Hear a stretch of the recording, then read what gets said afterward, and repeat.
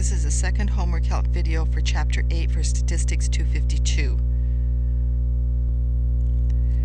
In this video, we will now compute some values that will allow us to either accept that null hypothesis and say nothing changes from what our previous assumption was, or rejecting the null hypothesis. And this is done in a manner very similar to the confidence interval. So this first graph here is that of the confidence interval. So I want you to sort of remember that, recall it. For a confidence level, to find a confidence interval,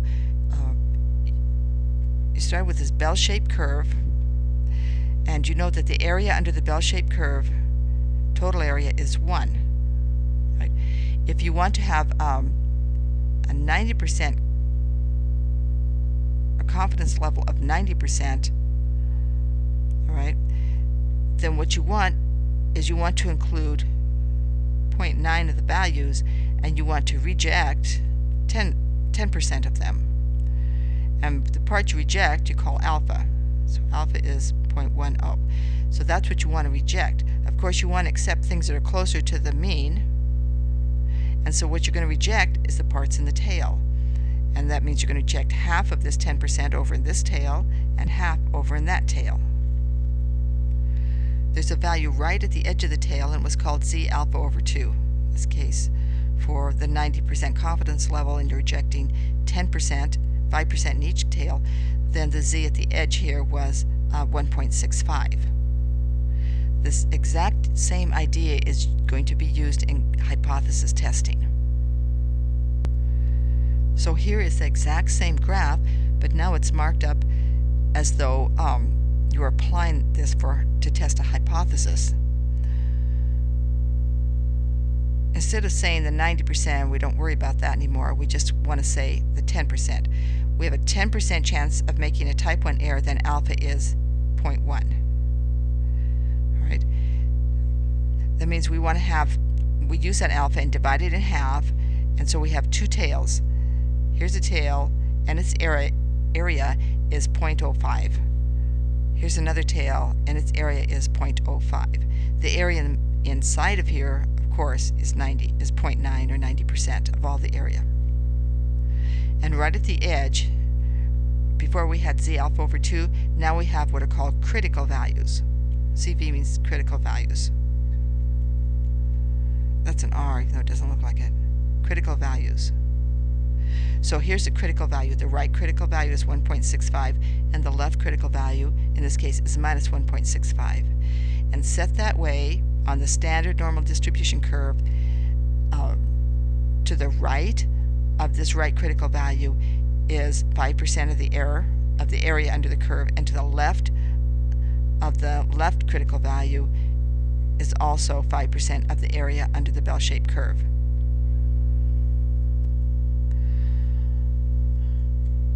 The test value is transformed into a z value. If that test value lies out here in this region, usually they draw it as a big line here, although it doesn't have any height to it. If it's out in this region, then you say it is so close to the hypothesis, to the mean, the previously assumed mean, that nothing changes. In this region, you accept the null hypothesis. If the value is way out here in one of these tails, then you say it is statistically different from the previously assumed value. This is the previously assumed value in z. And if it's out here in these tails, then you reject. This is the regions where you're going to reject the null hypothesis. If you remember from the other lecture, the alternative hypothesis could be written as a not equal to, less than, or greater than. Those will make up three different kinds of tests. The first one is simply not equal to. So here's the statement. The null hypothesis is that nothing changes. The new value doesn't change the average. It's still the previously accepted one is what we're going to say is true. The alternative hypothesis just says it's different. Maybe it's less than, maybe it's greater than, I don't know, it doesn't matter as long as you say it's statistically different. And the way you do it, of course, if you change this k, which I'll show you in a different slide, you change this k into a z value. If that z value occurs in here, in this region, this non-critical region, then you say that the null hypothesis is true. You accept it. I don't know if you say it's true, but you accept it. Okay. If this z value, if this test value happens to be over here, then you reject the null hypothesis. It could be in this tail. This is the right tail, and this is the left tail. Or you can say critical region. In this case, again, you reject it if it's out here. So what you really need to know are these right and left critical values in order to find out if your z value is in here or out here. You would find those from the normal standard distribution table, but because we're only working with 3 probabilities, the 10%, the 5%, and the 1%, these are just listed. They're in the textbook. I think it's on page 409, and I also wrote it in the lecture notes, and here it is reprinted again. So for 10% error, if you want only if you can tolerate a 10% error of making a type 1 error, yes, then alpha is 0.1 because it's the decimal equivalent of 10%. These right and left critical values are 1.65 and minus 1.65. If you require a 5% error, a 5% probability of making a type 1 error, then alpha is 0.05. In that case, the critical values here would be closer to 2, and they are plus and minus 1.96. If you want 1%, at most 1% probability of making a type 1 error, then alpha is 0.01, and now those critical values are 2.58. So say you chose this one and you said, I can only tolerate a 1% error of letting this innocent person go. Just to use an analogy, of course, you'll be working with numbers here, not with people. But in this case, the critical values are 2.58 and minus 2.58. So if your test value, say you have a test value of 2.50, okay, in that case, it would be in the non-critical region and you would accept H naught. If your test value came in at, say, 3.1, then you would be out here in the critical region. In that case, you would reject H naught. If your test value came in at minus 3.1, again, you would reject H naught.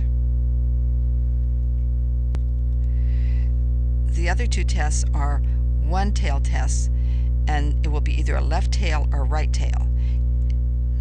If you're using the less than sign, less than equal to sign, then it's a left tail test.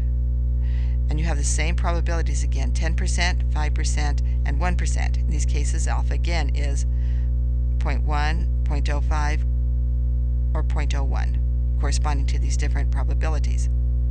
But in this case, you'll only have one tail, and all the rejected area is over here in this tail. You don't divide alpha by 2. Instead, you just find the critical value so that this area over here has the value of alpha.